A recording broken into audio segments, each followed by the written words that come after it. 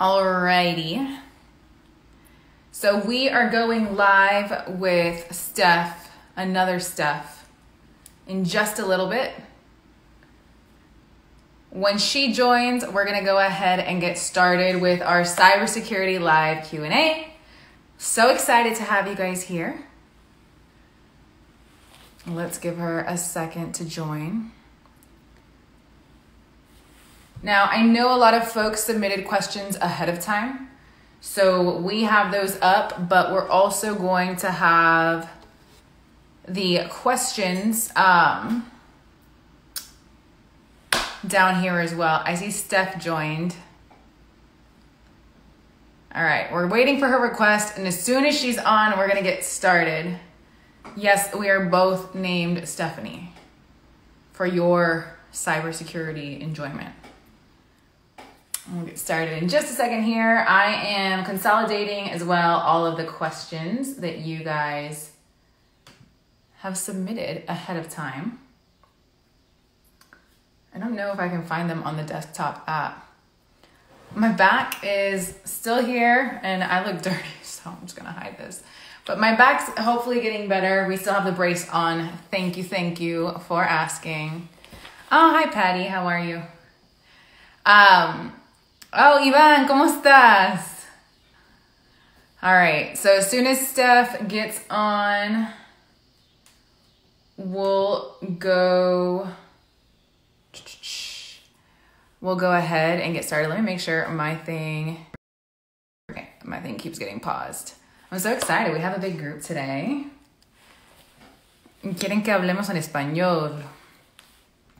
Este en vivo se va a tratar de ciberseguridad, pero se va a juntar una de mis amigas que también se llama Stephanie y ella no habla español, así que that's all the Spanish you're going to get for today because she doesn't speak Spanish. So as soon as Steph is on, so one thing that I'm going to go ahead and put down here, feel free to ask any of your cybersecurity questions in the Q&A box. Security live. Ask questions in the Q&A.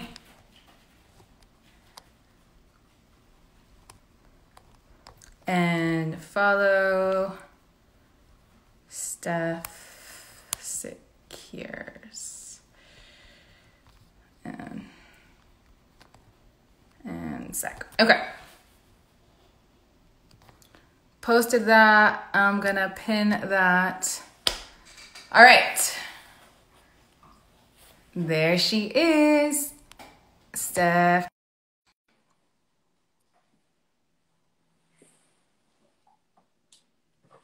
All right, it is connecting. Yes. Hello.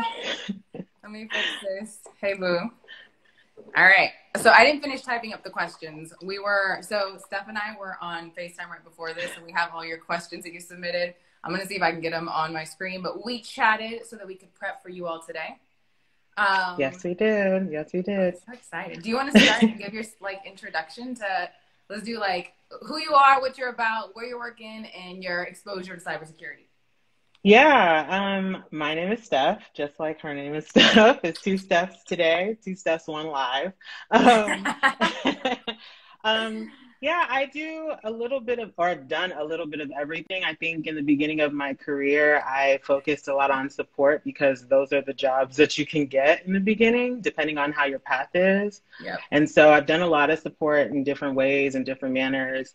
Right now, I am doing security for a security company. So I'm internal security operations leaning with my current company, Duo. If you've heard of us, we do authentication. I'm pretty sure that you have used us at some point. But I do security for them, which includes a lot of incident response, some security awareness, some presentations. It honestly varies. Every job I've had, there's no one size fits all. But I've also been a security team of one before. I've also been a regional security engineer. So I've done a lot of roles so far. Yeah, that's pretty much. She's run the gamut of it. All right. So Before we jump in, I'll give my intro and just make sure I see some questions coming in through the chat. Make sure that you guys are using the little Q&A thing so that we can bring your question up on the screen so that when people join, they know exactly what we're talking about.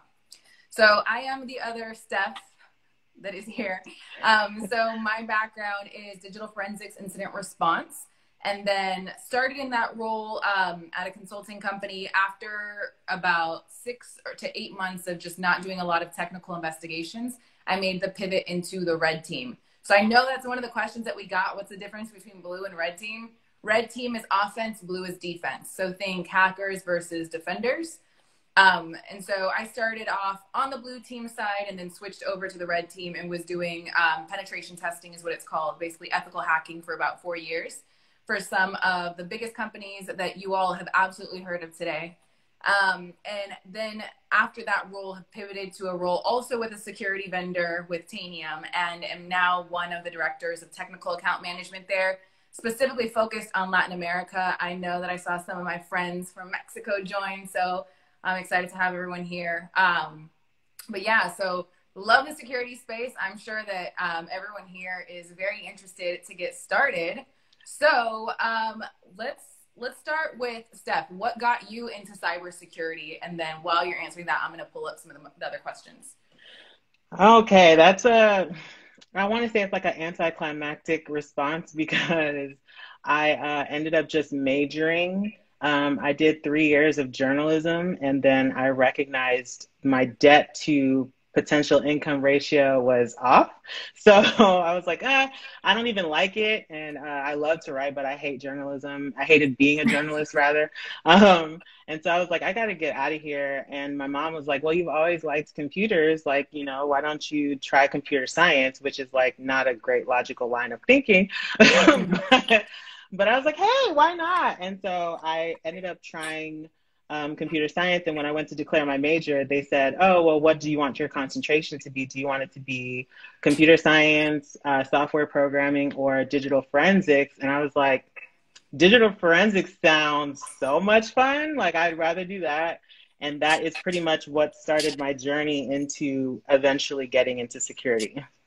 I love it. Journalism. That's a good start. That's funny. Before this live, I was actually wondering, I wonder, like, you'd be perfectly suited to go up on like some type of newscast and be like, hey, what's going on in the cybersecurity space today? Right. So my story is, I want to say almost a little similar in certain regards, just in the sense that I was also a computer science major. So my background, I think my parents perfectly bred me to be in the cybersecurity space because I grew up with parents that were both born and raised in Mexico. Actually, my mom was raised partially in the US, but them having been born in Mexico, they've got that strong Catholic culture and that very strict culture, we'll say.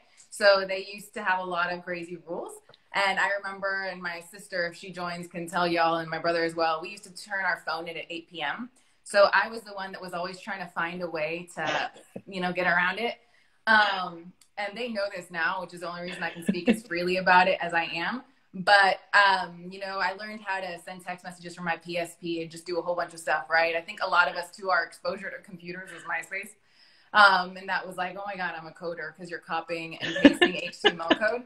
But after that, I thought I would go into engineering. And so I was actually a computer science major with an emphasis in video game design. That's because I have a background in fine arts. And that background in fine arts does not translate into video games. I will tell you that very confidently. One of my classes for that major was to pass a video game. And I had to have other people help me because I could not. I'm not a gamer. So I respect people that know how to do it. But that turned into me dropping the games emphasis and picking up a minor in fine art, which then freed me up to take other classes that I was interested in. And I ended up basically finding a class called From Hackers to CEOs because I wanted to learn how to pick a lock.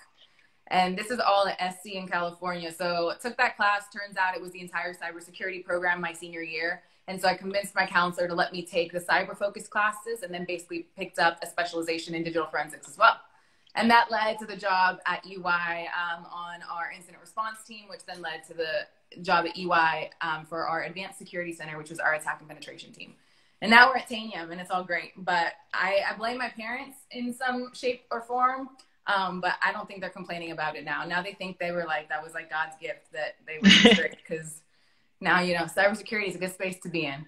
Right. Very lucrative space too. Absolutely. All right. So I'm going to start scrolling through. So we have a couple questions that are coming in. All right. So I see one. What are your long-term goals in the cybersec tech space? So we just talked about this too. Go ahead. Yes, we did. I am trying to go all the way to the top, which for security is a chief information security officer or a chief security officer. We literally just talked about that. There's just not a lot of representation at the top, so I thought I would try to do that. I love it. I love it. So I think for me, one of my goals is to eventually start my own kind of consulting practice or consulting company. So still in cybersecurity, still in positions of leadership, just like Steph, just a little bit of a different route. Now, for what it's worth, Steph, why don't we talk about maybe different leadership roles in cybersecurity? So maybe some of the folks here will have a better understanding of what like a career trajectory could look like. So I know that you've had, and not leadership, but I know you've had a number of different roles, you know, just in your career. Do you want to talk about some of those and like what your responsibilities were?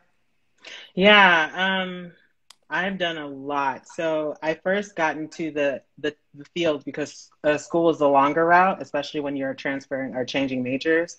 Yeah. So I was like, let me at least be working in the field while I'm getting my degree. And so I started off doing like tech support for a web hosting company. So like, you know, GoDaddy. It wasn't GoDaddy, but like GoDaddy.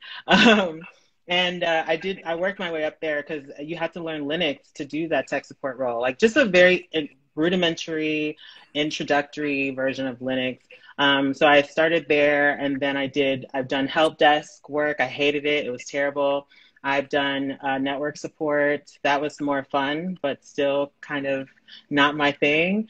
And then I eventually got into security, where I've been the security team of one. So a lot of them were support roles for a very long time. And I think that those are important if you're going to be in security, because you're securing something, and knowing anything about that thing that you're securing helps you with your job exponentially. So yeah, those are getting into the specifics. I think anything in tech, you can say that you have one job and people will know it for one thing, but there's a million and one different things that you're doing within that role. Yep. So I always say, like, saying the title of a role is hard because it's not really giving it justice. I agree wholeheartedly with that. Can you add and talk about maybe your career trajectory? How long did it take? Like, how long did you spend in each of these roles? Do you feel like that was an adequate amount of time? Would you have done anything differently? Like, what did it take for you to move and to escalate through your career in cybersecurity? So I stopped school. So what was happening was when I was working while I was in school, I recognized that I had to learn how to do my job. So I had to study for my job, and then I had to study for school, and they were not the same thing. And so I was like, I'm spending thousands of dollars on this stuff, and it's not even remotely covering what I'm doing for my actual tech job. So I took a break because that kind of burned me out. I was like, why am I studying for this? And this other thing I'm studying for is at least paying me, but I'm paying you to study for something that's not going to help me. So I took a break, which probably, depending on, I don't know, maybe circumstances, maybe it's the longer route. I honestly think I would have gotten to where I am at the same amount of time, given where I am. I'm in Texas. But I spent a year in pretty much every job and in every role. I went back to the Linux job because I wanted to go up in that job. I wanted to go up to security there. So you had to become a Linux admin. So I went through the tests and I did that, and it was like the hardest test I've ever taken to date. And I did that. I became a Linux admin, and then they outsourced their security to India. Oh. So then I tried again somewhere else with a networking gig. I did that for 2 years. That was the longest I stayed somewhere. Biggest regret of my life. And then I did the security team of one for about a year. And then I did the regional security for about a year. So I would say Pretty much, I don't stay where I don't feel like it's a symbiotic mutual relationship. So I love that. So I'll go ahead and kind of answer that as well. So my roles I've been working at 2 companies since I've started my career in cybersecurity. Obviously, I had some exposure to cybersecurity at my college, like undergrad degree. But the first role that I mentioned, was in digital forensics and incident response. That's what I was told, and it turned out to be a lot of policy writing. And now I say that because there's a gamut of different roles you can have in cybersecurity, and there are a lot of folks that are more on the business side of cyber. So if you are not technical in nature, have no desire to be technical, there's still a place for you. For me, that's not where I wanted to be, because my background was computer science and I wanted to be hands-on keyboard, you know, really learning how the different computers were working and things like that. And so I, about 8 months into that role, worked with my team and basically told them that I was interested in switching to the red team. Now, if you guys are interested in like negotiations and how to kind of make that jump and talk to your leadership, that's a conversation I think for a whole different time, because we can go in depth. But just like Steph said, I'm not one to stay in a role where I don't think it's symbiotic, to take her words out of her mouth. But you know, if it's not mutually beneficial, there really is no point. There is a lot of jobs like open in the cybersecurity space. So if you're in a role that you're not really enjoying, you have the power to leverage, like to negotiate your way out of that, or to just jump and find another opportunity. So that being said, I switched over to Tanium. And ever since I've been at Tanium, I started off as an associate of technical account management, then got promoted to a director about a year in, and now am a director specifically for our practice in Latin America. And the way that I did that, honestly, I've been super supported at Tanium. So I can't even pretend like I had to do any type of hard negotiation. I kind of just told my team, hey, I see this need here, I'd love to fill it. And we made the necessary changes. So I've been lucky in that regard. Alrighty. Let's see, another question. Ooh, we got a lot coming in. All right. Since you were a Linux admin, I want you to start with this one. This is a good question. How do I get better at Linux? So, and thank you for saying we're motivating and great. So I ended up studying for the Linux Plus exam. Now, it's not the best way, I think, to learn Linux. I think the best way is to do a project. So one project that I did was setting up a Splunk server on my own, and then also owning and managing a web server too. Also setting up a honeypot if you want to learn Linux and you want to learn I love that. security. Does everyone know what a honeypot is? Here, Steph, go explain it to them. So a honeypot is basically a machine that you make that is known to be vulnerable. It's known to have bugs and things like that. The reason why you have it is so that you can attract attackers, monitor what they do on the system, and then basically harden your other systems to be able to, be not as vulnerable to that attack. So I did that with Splunk, and I had the logs from the honeypot sending over to Splunk, and I was doing a twofer because Splunk was like the biggest name at the time and people were getting a lot of money for it. So I was like, maybe I'm going to go for Splunk.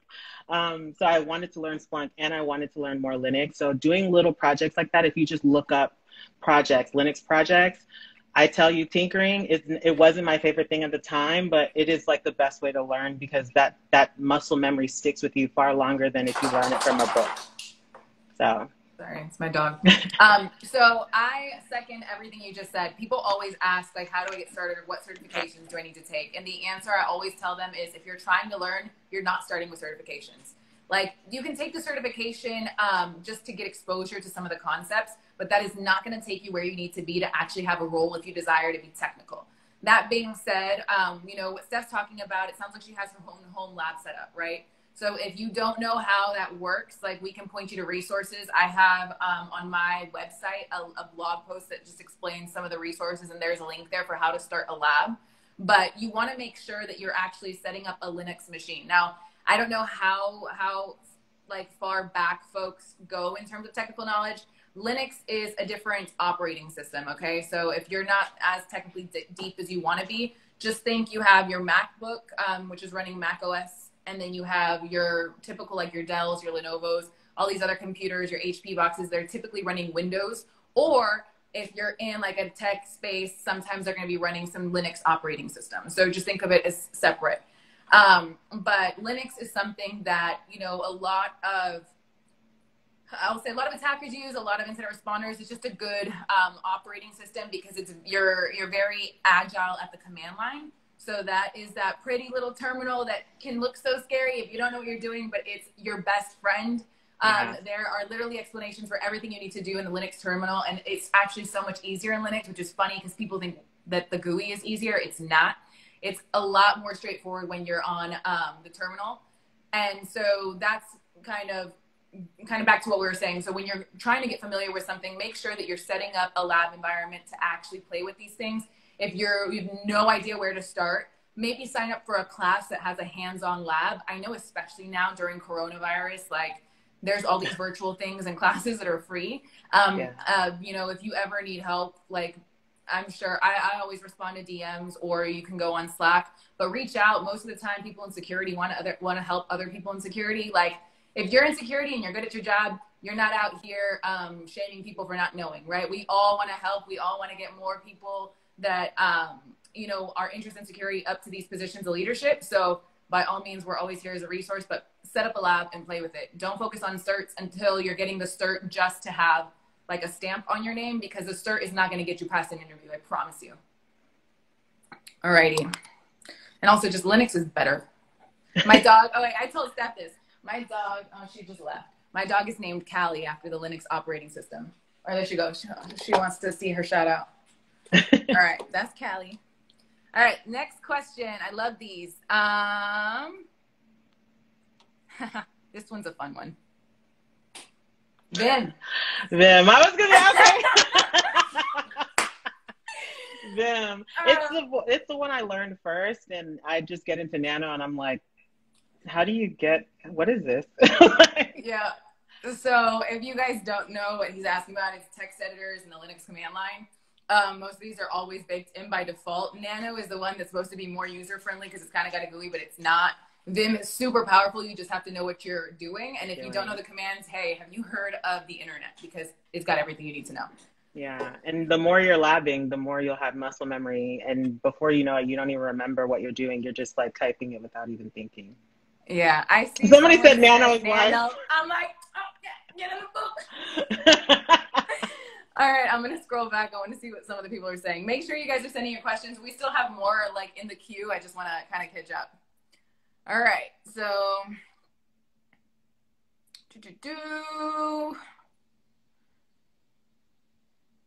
how do you get better at Linux? We talked about that one. How does someone who is currently in service desk transition into cybersecurity? That's a good one. You want to take a stab at that?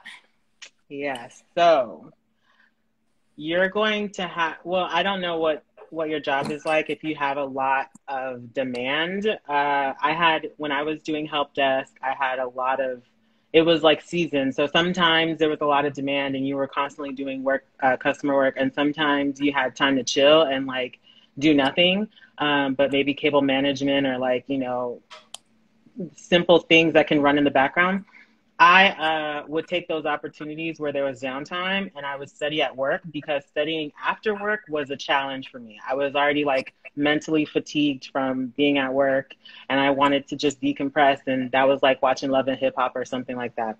So, so I suggest finding time via work during the week, and then on the weekend obviously have your study shift at that point in time, but you're going to have to study or sign up for projects at work that are leaning towards the skills that you want to learn, or suggest projects that are leaning towards the skills that you want to learn, because your boss is going to be like, there's another thing that I don't have to worry about, and you'll get kudos in your like performance reviews, and then you're also learning at the same time. So if you learn something, there's I guess a fun factor or trick is to just like say, okay, I learned this at home. Let me see if there's a way that I can incorporate this at work. But that depends on your team and all of that.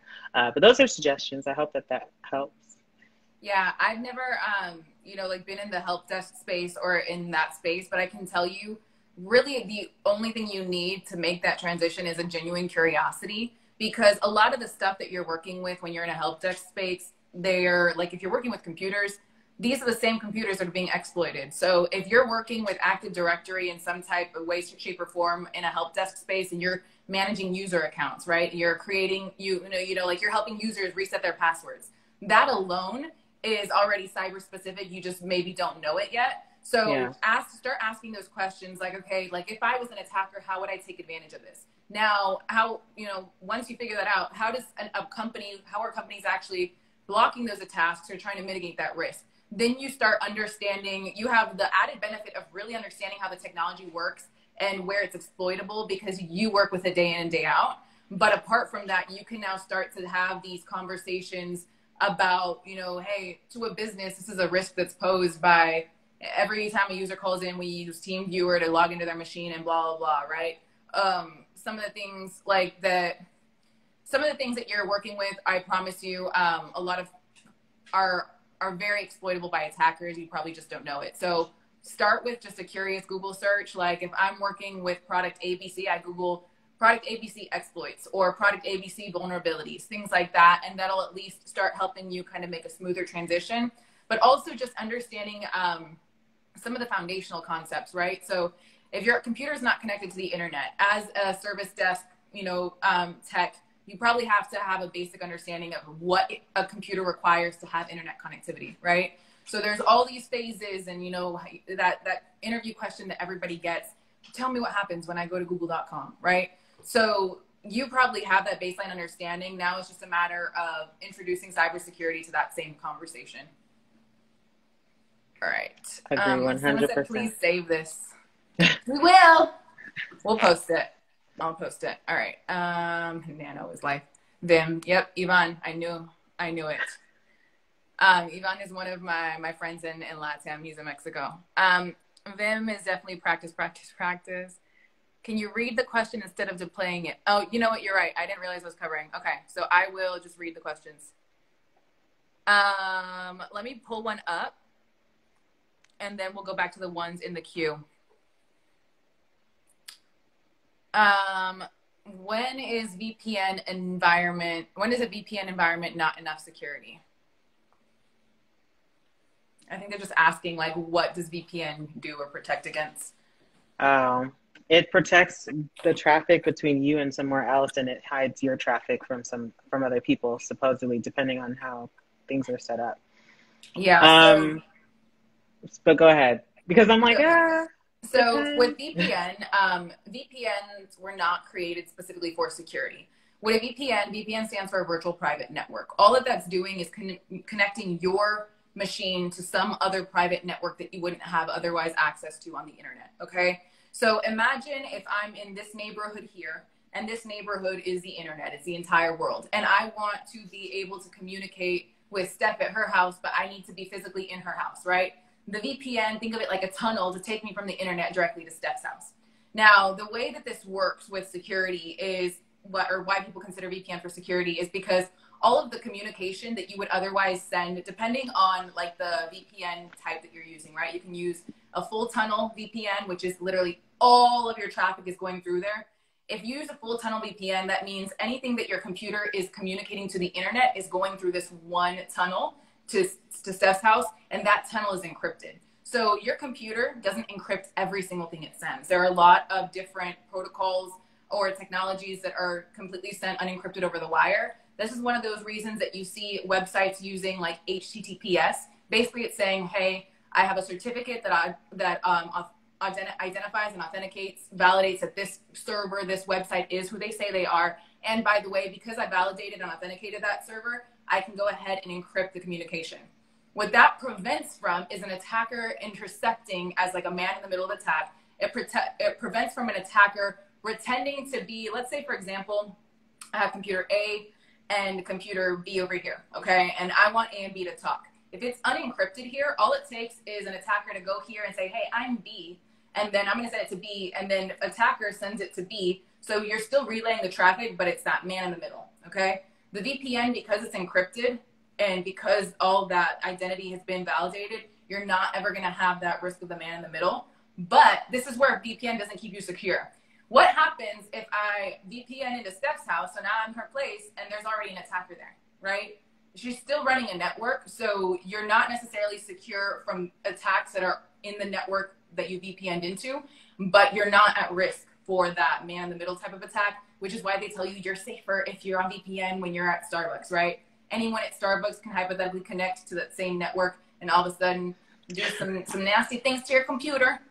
But that's not necessarily the case when you're on VPN. So does that help? I hope that helps, because that was You can use VPN for a number of things too, pretending to be somewhere you're not so that you can have access to certain songs or movies or I do things that like all the time. So if they block something in the US, get yourself a VPN in a different country, and all of a sudden, because what happens is you're connected to a different network, so your computer looks like the originating IP looks like it's in wherever that network is, and if that VPN server is in a different country, then you're in a different country. Exactly. Basically, it's like I said, if I VPN to Steph's house, then everyone thinks I'm in Texas, but I'm not. I'm in Atlanta. All right. I love that. How did you learn the ports and protocols? I find myself constantly having to relearn them. You want to start or you want me to go? I can go. Mine is very quick. So during that web hosting gig that I had, I mean, when you're working with websites and web servers, you constantly have to know what those ports are. You need to know what's being blocked, when it's being blocked. If the site's showing a 403 error, which is basically permission denied, or 404 not found, you have to figure out why it's saying that, where it's saying that, what service might be affected, because only certain services run on certain ports. So being in that technical role and having to know that on the top of my head to resolve issues is how I learned it. Again, I've learned probably the most in terms of muscle memory that I've retained over the years from when I did a job or when it was something I was doing constantly, like when I was building websites or building, helping with building web servers. That also on the side, I did it on the side, that also will tell you what ports are important for certain things. So I've never been a fan of memorization just for the sense of memorization. This is why I hated history, because I was horrible at it, right? Like, loved math because you could always figure it out. History, not a fan. Now, I say that because we have at our fingertips literally the internet. So don't sit here and feel like you have to memorize every single port. You will never be able to do that because of the number of ports that there are. But just know the more practice you get, you're going to start to recognize the ones that are relevant, right? And so, again, that comes, like Steph said, with being hands-on keyboard, actually practicing with the technology, not just reading an article. But another thing that I would recommend is keep a notebook. And I know we do everything on our phones these days, or we do everything on our laptops. No, physically keep a notebook.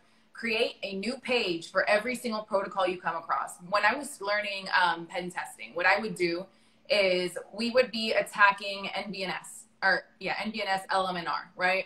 NBNS, NetBIOS, name, service. I don't even know what LMNR stands for. I know how to use it, but I was like, you got it. I was going to say, I don't know what LMNR. Most of the times it's disabled now, but it's basically a protocol where on the network you can, as an attacker, take advantage of it, because what those protocols do is a computer says, hey, who has this? And you say, hey, that's me, even though you're not that device. And basically what happens is that computer tries to authenticate to you, so you get encrypted credentials that you can then take offline for cracking, okay? So this is a protocol that, like, let's say we're going to take advantage of. Most companies disable this by default, just so you know, because it is known to be very vulnerable. But just know that's a technology. What I would recommend in that situation is I'm going to have my notebook. I'm going to write this down. I'm going to go home that night, literally look at Wikipedia. You only, in the beginning, need a Wikipedia level of knowledge. And I'm telling you this because do not overwhelm yourself trying to understand the latest and greatest exploit, because you will fatigue yourself in seconds. Yeah. When you hear about something new, read it on Wikipedia. What is it? What is it used for?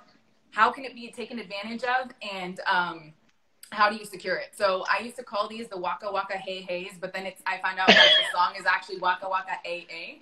But we're just going to go Waka Waka Hey Hey. So what is it? How is it used? What is it? Why is it used? How can it be exploited, and how can you secure it?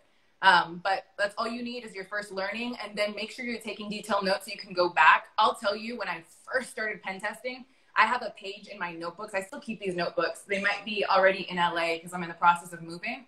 But I had a page that I would flip to every single time that I had a new engagement, just to recap on all the things that I was going to do for domain enumeration and things like that. So trust me, keep detailed notes. All righty. That was a good question. You only need to memorize 80. No, you need more than that, but it's fine. All right. It says, thank you for the step breakdown. Yeah, don't freak yourself out. Like, it can be really overwhelming. There's a lot. And I'll tell you now, nobody in security that actually does security thinks they know security. Like, there's way too much. When you're in the field, you know how much there is, and like, no. Even in the field, there's so many different silos. Like, as an attacker, you need to think differently than someone who's defending. So, yeah. Let's do this, Steph. Are you comfortable talking about, like, maybe an investigation that was interesting to you? Again, not saying any company that you worked for, or just something that was interesting, like one of your funnest or more favorite projects to work on in the cybersecurity space? That's a great question. Labs. I want to say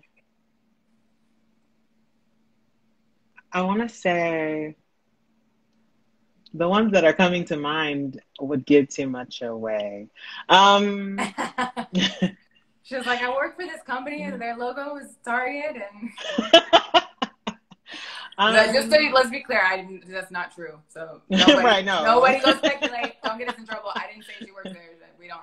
No, I don't work there. Let's come back to me. Do you have one that you want to share? Because I'm like, yeah. So I remember now, like, I can't bring up the questions that I saved, unfortunately, because they're on my phone and it'll have to kill the live. But I do remember now that one of the questions was like one of or the hardest project that you had to work on. So it's funny because this is the one engagement. So when you do a red team, let's kind of break down what this is. A red team is basically you are acting as an attacker and you have a contract with a company.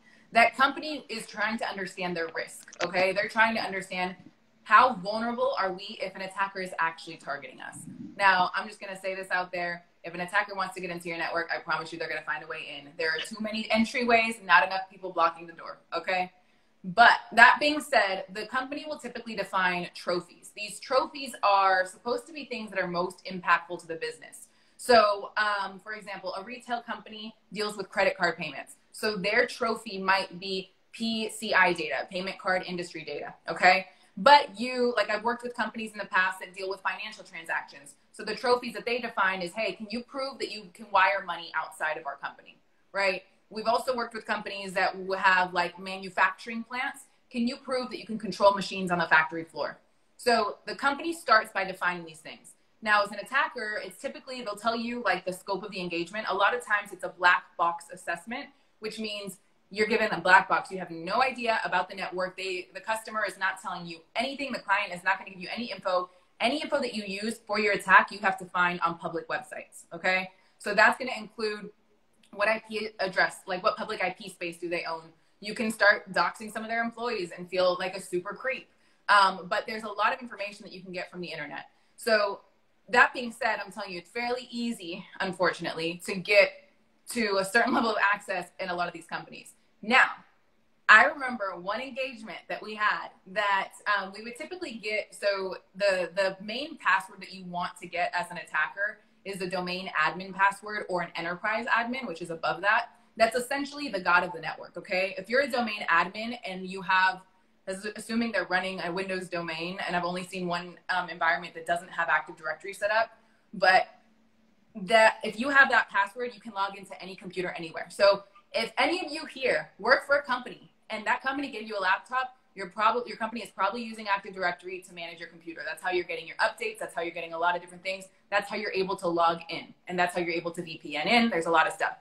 This company that we were doing the engagement for, we had done work for them in the past. And so they were the only company that I think I've ever worked with that actually fixed the vulnerabilities that we told them about in the report. They fixed whatever we had recommended. And so by the third year that we were doing a project for them, it took us 2 weeks to get any level of access because they disabled MDNS, LMNR. They made sure that they had hardened all their passwords. They had done a whole lot of things in preparation. And so they were actually pretty much one of the more secure networks. We got in because we found one server one single server. At this point, we weren't even worried about being detected. We were just making a lot of noise because we were like 2 weeks in, and we usually, like I said, took maybe like 2 days. By the time we found that one server, we got lucky. It was a Tomcat server that had default creds. That means the default username and password. That Tomcat server happened to be joined to the domain. So when we got default creds, we uploaded a web shell. It was running a system. When you're running a system, if the computer is joined to the domain, basically what that means is that that computer has domain privileges. So from that web shell, we actually were able to launch the Kerberos attack and dump SPNs. SPNs are service principal names. Think of them like aliases for service accounts. But basically what you can do is you can run an attack to get the encrypted passwords. And then we got the password for, unfortunately, one of the guys that was on the team that was working on the project, and he felt really guilty for the whole rest of the project. But it was not his fault. But yeah, that was probably the hardest engagement I've ever had.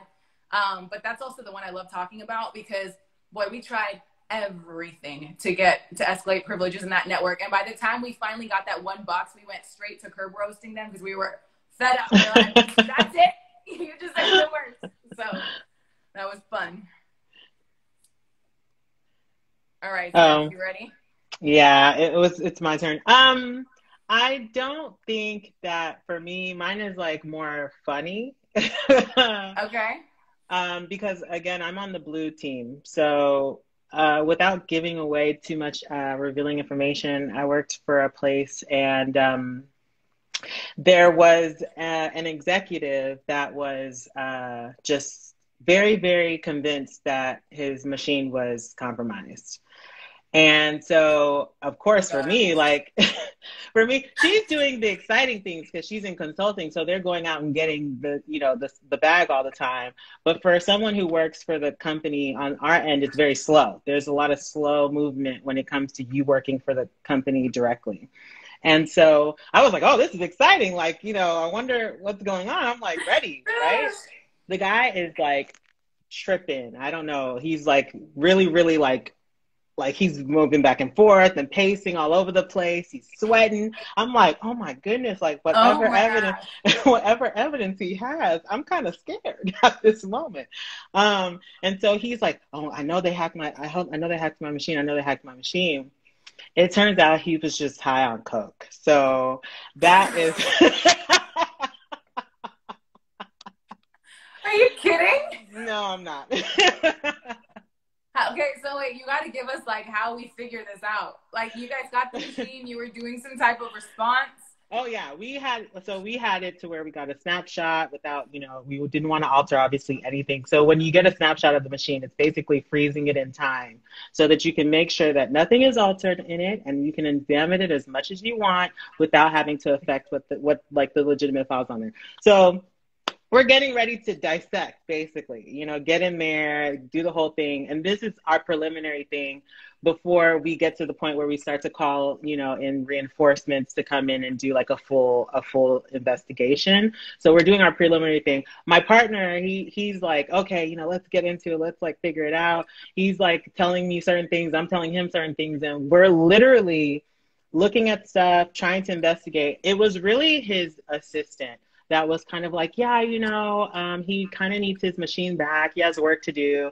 And we were like, he's not getting this machine.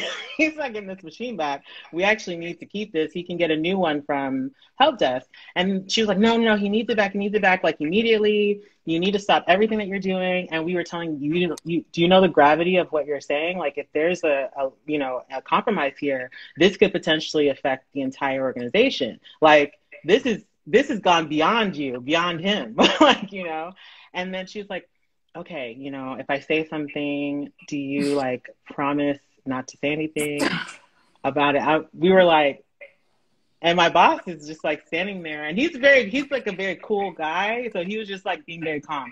And like, I'm tripping on the inside because I've never seen, he made me fear for my life. He was just like really, because he was really moving back and forth and sweating and we're inside and it's like 60 degrees on the IT floor. Like it's always cold. So I was like, okay. And I'm like standing in the corner doing my thing. My partner's on the other machine on the other end. And so she's like, please, we just need it back. He kind of has a problem. I don't even think really anything happened. He just got a really funny email and clicked on something, and he had to pay a lot of money. So he thinks that he's hacked, but he really was just phished. And we were like, okay, but then why did he have this like big ass response? Excuse my language. This big response. And then she was like, well, you know, sometimes he just gets really excited. And we're like, getting excited and talking about your machine being compromised are two different things. This is an executive. We all dropped all of our lives just to come here and do this. And she's like, she says, takes my boss to the side and is like, and I'm like looking, and later on he tells us that was what. No way. That's wild. That's actually amazing. I don't think I stopped laughing the whole time. Like, so everybody got a fun story. I haven't told that story before. That's hilarious. Oh my God. Okay, let's see. So there's a question here. What are some good level or some good entry level certs? I'm not the expert on certs. I can talk to some of them. So I'll start, and then if you have any, but I typically, so I don't know the entry level certs because I haven't taken them, and I don't ever advise them because I think there's, like we talked about previously, a misconception about certifications. This is what, and I've talked to recruiters at my company, like one of the heads of recruiting at my company specifically about this. So recruiters know this too. A lot of times folks that are wanting to get into the cybersecurity space want to start with certifications. Now, certifications have value because it's like a class, right? It's like taking a college class on the topic. But to get a certification, just to have the certification so that you can put it on your resume, does not do anything. That should be the entry pathway into your career in cyber. Now, I say that, but if you are fully committed, I do know of like a couple more expensive certifications that I recommend. I wouldn't recommend them as baseline entry level if you've never worked with a computer before, but they're technically considered entry level, and this is through the SANS organization. So if you haven't heard of SANS, you should look them up. I can like send you guys info, just let me know. But they're actually offering classes virtually right now. I know one of our other friends, Steph, is, she's not on, there's not this Steph. We have a lot of Stephs in security. There's another Steph in security that we're friends with, and she is actually, facilitating one of the SANS courses right now. But they have like an intro to incident response or an intro to like ethical hacking. Their classes are very expensive though. Like their entry level class is $5,000, and that's not including room and board if and when this virus ever like stops acting a fool. But just know like that's an investment you make. Now, I do consider those top of the line, and they have associated certifications that cost more money. But these are your GAC certifications. So this is going to be like your GPEN, your GCFA, your GCFE, GAC Certified Forensic Examiner, GAC Certified Forensic Analyst, GAC Penetration Tester. There's more. These are the ones that I know because those are the ones I've taken in the past. But that is a bigger investment as opposed to just like an entry level. I don't know, Steph, if you know of any other like more entry level.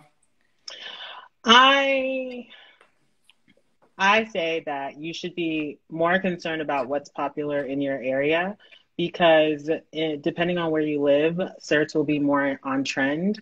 So being realistic about either where you live or where you are moving to will probably help guide you on what certs you need to take. Some people think that the Certified Ethical Hacker cert is good. Some people are like, no.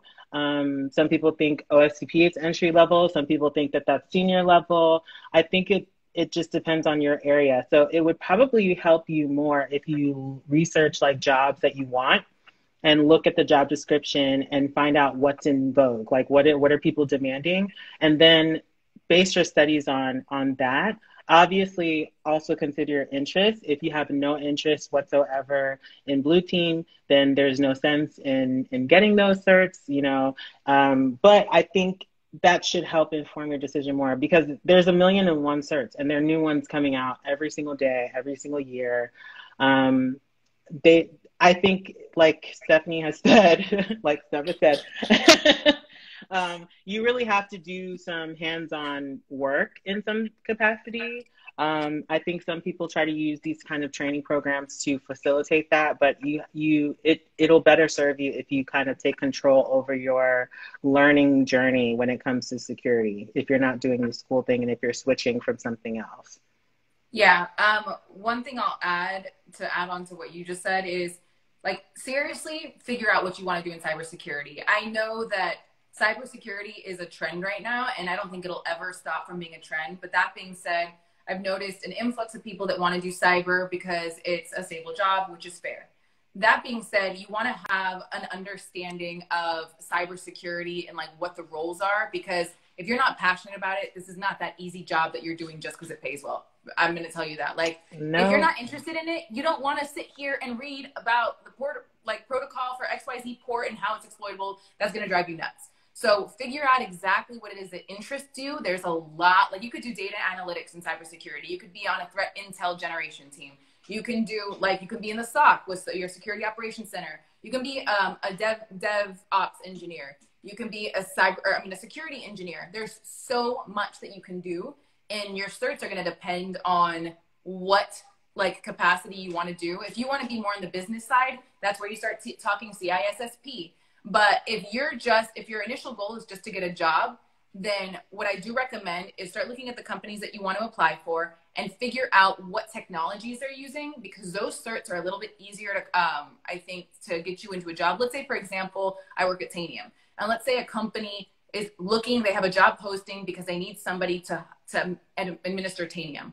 If you go and get a Tanium certification and you can speak eloquently about Tanium and things like that, or your Cisco's or your Palo Altos or whatever other technology, you like that is going to potentially give you that edge. And then you can learn just by osmosis, the other concepts that you might need in security. So if you're just like urgently trying to get a job in the space, have a foundational understanding and maybe target some of the more vendor specific certs.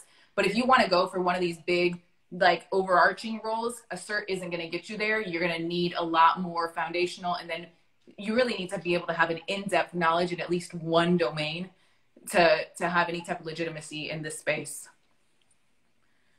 All right. Everyone I've met in security always puts hype around the CISSP. What do you think about the cert? So CISSP, that one I've seen is super important when you want to get into management. The way the CISSP works is you have, I think it's like 9, they probably have more at this point. You have 9, 10 domains that like, they're going to have like, identity and access management, data privacy and protection, all these different domains that still kind of technically fall under cybersecurity. But CISSP is a question, like a multiple choice test, that you're more concerned with the theory or the concept for like risk to the business. So if you want to go into consulting, but not hands-on keyboard consulting, by all means, CISSP. That is not an easy cert, because you have to know a little bit about a ton of things as opposed to going deep dive into one. The other one, cert, Steph, do you know what the cert is? I think she meant what do you think about the CISP cert, like CRT? Or do you mean incident response? Gotcha. Oh, maybe. Yeah, I think you're right. But yeah, so CISSP, again, it just depends. Like, start with an end goal in mind and then pick your destination from that. All right, we have like 5 minutes left. There she goes, cert. My bad. I honestly just thought it was like some incident response cert. I'm telling y'all, like, I really do not know certs like that, because most of the time, if you're like applying for jobs, most of the jobs that I've gotten is through knowing somebody that does a recommendation and things like that. So if you learn anything today, meet people in cybersecurity, because we all want to help. We're all really great people, and we will help you like get on the right path. Yeah, I agree. All right. What do you think about cybersecurity boot camps? I'm currently taking one in the Cal State University. Do you know anything about boot camps? I would never recommend anyone to take a boot camp. Not to say that you should drop out. I think, you should definitely continue, because everybody learns, but maybe learning on the side wasn't your thing and the boot camp was helpful. But I don't think that's something that if somebody came to me and said, should I take this boot camp, that I would say yes. I think I would say no.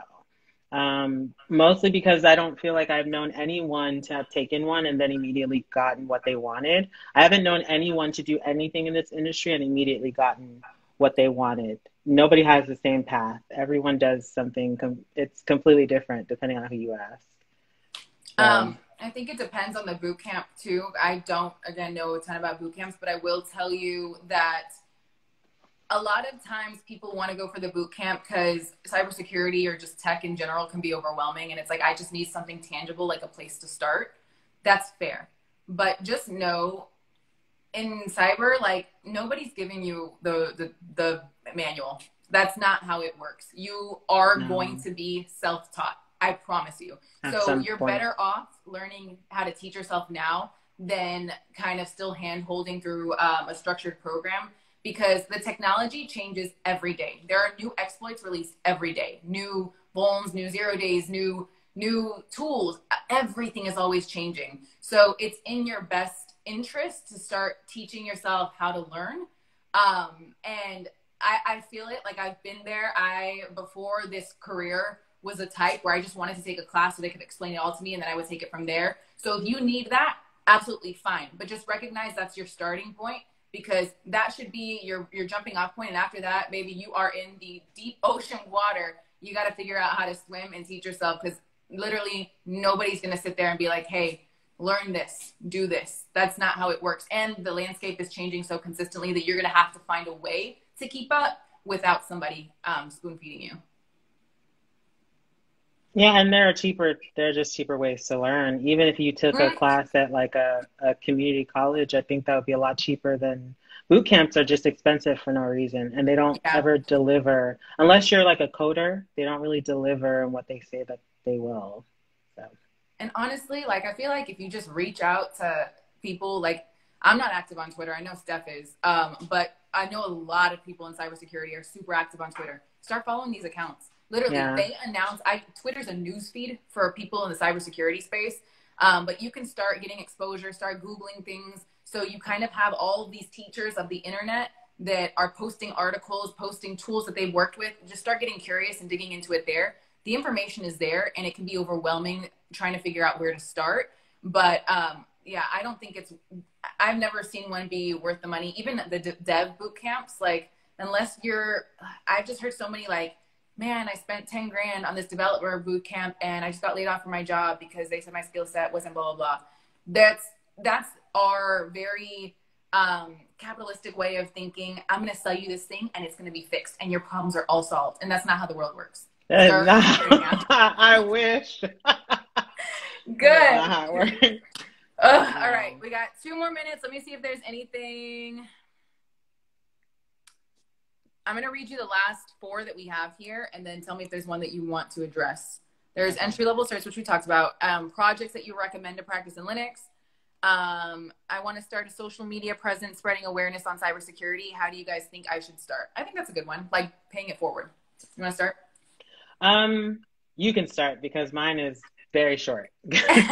So I just started trying to build an online presence, and my motivation, I actually told Steph this just before we jumped on the live. I read a quote that said, she can't be you if she can't see you. And so what that kind of like opened my eyes to was just the need for representation. This is 1:59 remaining. Okay, I'm gonna go fast. So just, you know, for me, it was just about basically amplifying my voice so that other women, specifically Latinas in the cybersecurity space, know that there's a path for them here. And so what I've just recommended is literally build authentic relationships with other people in your field, start to learn from them, start to work with them, support each other. Ain't no space for any haters. So if you feel any of that, do not engage with that person, because like I said, people that are in cybersecurity that know their shit want to help you. They're not out here trying to make you feel small. So as far as like building that online presence, just connect with more people, make sure that you're putting content that you would want to learn, like put yourself back in the shoes of a novice. And really start to focus on, okay, well, or at least put yourself in the shoes of the audience. Maybe you don't want to target a novice audience, but put yourself in those shoes and then create content that you would actually look for. Steph, all you? Me, and just form a community. That's really it. Once you do that, you'll be surprised at like how quickly you can, and give good content. Both of those things will help you with your presence. Let the rest do its own thing. Yeah. Yeah. I love learning from other like women in the field, or not just women, but other people in the field. Like, even if you think you know something, there's always more to learn, especially because it changes every 3 seconds in this space. But like, you know, the accounts that I appreciate the most and that I interact with or engage with the most are the ones that are literally teaching me something. So if you can figure out what you know, what you're good at, and then start teaching somebody that. Alrighty, we got 20 seconds, so we'll say thank you guys so much for Yes, joining. thank you guys. Steph, this was amazing. I had so much fun. Best. Nice This meeting everybody. This is my first cybersecurity live, so. Oh! Yeah, like just a full Q&A. But all right, thanks everyone. I hope you have a good weekend and stay safe and healthy. Bye, everyone.